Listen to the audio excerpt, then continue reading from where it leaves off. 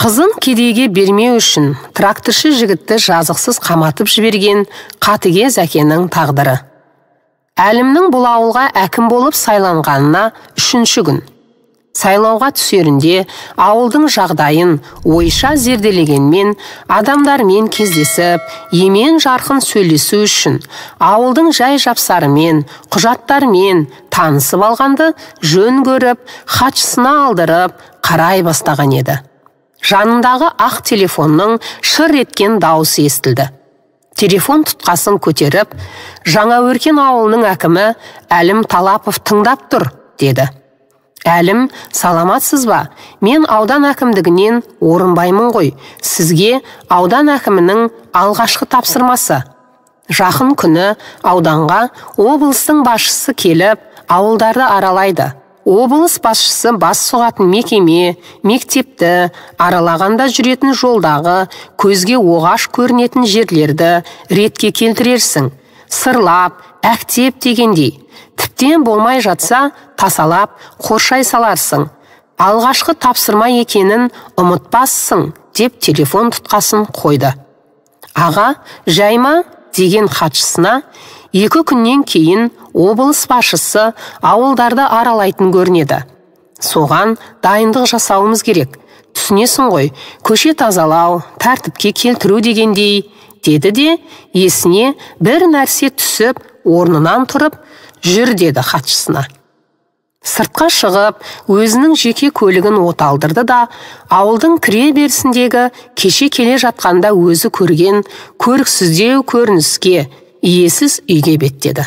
Бұлардың көлігі келіп тоқтағанда, 2-3 ешкі үрке жөнелді де, қызылала сиыр басын марғау бұрып, күйіс қайтарып тұра берді.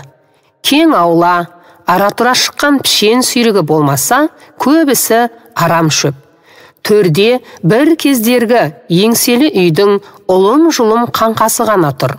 Терезелері үңірейіп, қалқиған қабырғалары мен қалбиған пештің мұржалары тым сүреңсіз көрінеді.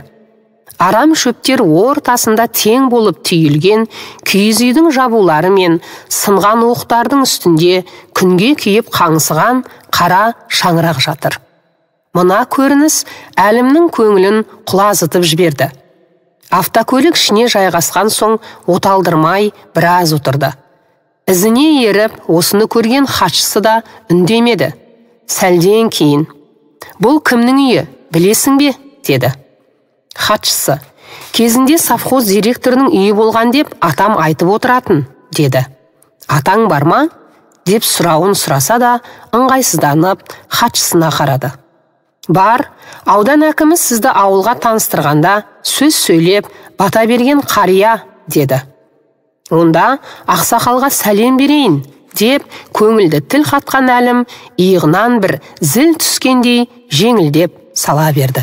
Ия шырағым, қызметіңді үлкенге сәлем беруден бастауың, ауылдың сүреңсіз жайларына көңіл бөлуің ұнап отыр. Біреулердің атын атап, түсін түстемей ақ қояйын. Ол жай ауылдың кәрі жасына аян болғанмен ауызға ала бермейтін едік. Қолға салған екенсің, айтайын. Сырттан келген бір азамат совхозда директор болды. Сол замандағы талап па, әлде қанында бар ма, қаталдау еді. Қызметінде жақсы бастады, бірақ түбіне өр көкіректігі жетті-ау деп ойлаймын. Өзін қарапайым жұмысшыдан үнемі жоғары санап жүретін. Ауылда жалғыз басты кемпірдің тракторшы жалғыз ұлы болды. Көзі қарақты, зерек, білімге құштар еді. Мектепті озат оқушының бірі болып бітіргенмен, қолы қысқалықтан оқуға бара алмады. Сыпытудан тракторшы мамандығын алып, ауылда анасының жанында қалды. Аудандық газетке мақала жазатыны, өлең шығаратыны бар, келісті азамат болып өсті. Ел мақтаған жігітті қыз жақтаған деген емес пе? Ауылдың көп бой жеткендері жақсы жігітті мақтап жүрді. Соның бірі директордың қызы. Өзі де ажарлы еді.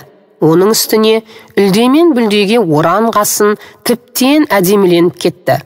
Аядай ауыл, келін кепшік, әйелдер түгілі, біздің құлағымызға дейін тракторшы жігіт пен директордың қызының ара жақындығы бар екен, жарасып ақ жүр деген сөз жетті.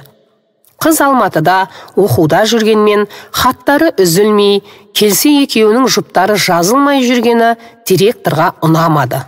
Қысқасы, қайдағы бір жетім тракторшыға күміс қасықтай қызын бергісі келмеді. Оның үстіне қасқа бала совхоздағы кейбір келеңсіз жағдайды газетке жазып, директорға аудан басшысы ескерту беріпті деп те естідік.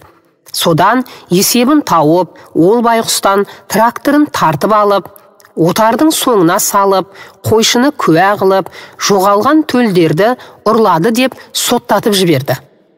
Сауатты бала ғой, 6 жыл темір тордың арғы жағында отырса да, ізденіп, 1,5 жылда босатылғанымен өкпе ауруына шалдығып келді. Сөйтіп жүргенде ауыл тағы дүрлікті. Директордың қызы тракторшы жігіттен 2 қабат екен деп. Сөздің қысқасы, байғұс балаға қараспанның қара бұлты қайта үйірілді. Қатыгез әке қызының тракторшы жігітті жақсы көретінін, бас қосқысы келетінін, бар жағдай өз еріктерімен болғанын еңіреп айтса да, еміренбеген әке жалған құжаттар жасап, жазықсыз жанды қызды зорлады деп абақтыға қайта қаматты. Әлесімде, байғұс ана ауылдағы ақсақалдарға, ауыл совет председателіне, кәсіподақ комитетінің төрағасына жалынды. Мені алып барып, кешірім алып беріңдер, қара орманымды, менің өзімді кепілге алса да, баламды соттатпасын. Олай болса, енді көрмейтінімді ішім сезеді, деп еңірегенде етегі толды. Сабаздар-ай, біреуі тырп етпеді-ау. Содан мектеп директоры, ол кезде жай күрішшімін. Мен жігіттің анасын ертіп, жаңағы сен көрген үйге бардық. Кең аулаға 6 қанат ақ үйді тігіп, ішін жиһаздап тастаған екен. Төрінде, қолтығында құш жастық директор қисайып жатыр. Бізге аларып бір қарады. Шай құйып отырған әйелі: жоғарылатыңыздар, төрлетіңіздер деп орнынан тұра беріп еді. Директор: отыр шошаңдамай, менің төріме шығатын осылар ма? Сөздеріңді шығындамай-ақ қойыңдар, есік анау, деп дауысын көтеріп, қолын шолтаңдатып. Сонда байғұс ана: әй, көзіңді шел қаптайын деген екен. Жалғызым үшін алдыңда тізерлеп, кешірім сұрайын деп келіп едім. Алла енді сенің алдыңда тіземді бүктірмесін. Жалғызды бір Аллаға тапсырдым. Бізді лайық көрмеген төріңе адам шықпасын, ордалы жылан жатсын, аулаңды арам шөп бассын. Бала шағаңнан аулақ, деп 2 алақанымен бетін сипады. Жүзі қара сұрланып, шүңірек көздері от шашып тұр екен. Қарғысының түрін, деп кекесінмен мырс еткен директорға жонымызды беріп, сыртқа беттедік. Тракторшы жігіт 1,5 ай абақтыда жатып, зорлады деген қағазға қыздың өзі қол қоймағасын сотталмай қалды. Бірақ анасы оны көре алмай, жүрегіне түскен салмақты көтере алмай көз жұмған еді. Ал қызды әкесі Қарақалпақстанға әйелі өлген біреуге еріксіз беріп жіберіпті. Көлденеңнен келген дүние көзге түспей тұра ма? Көп замай директорымызда істі болып, сол жақта біреулердің қолынан қаза тапты деп естідік. Жанашы жан болмады ма, сүйегі елге жетпей қалды. Бұл Алланың құдіретіне қара, көп замай тракторшы жігіт пен директордың әйелі бір күнде қайтыс болды. Директордың әйелін жерлеуге жақын туыстарынан басқа адам бармады.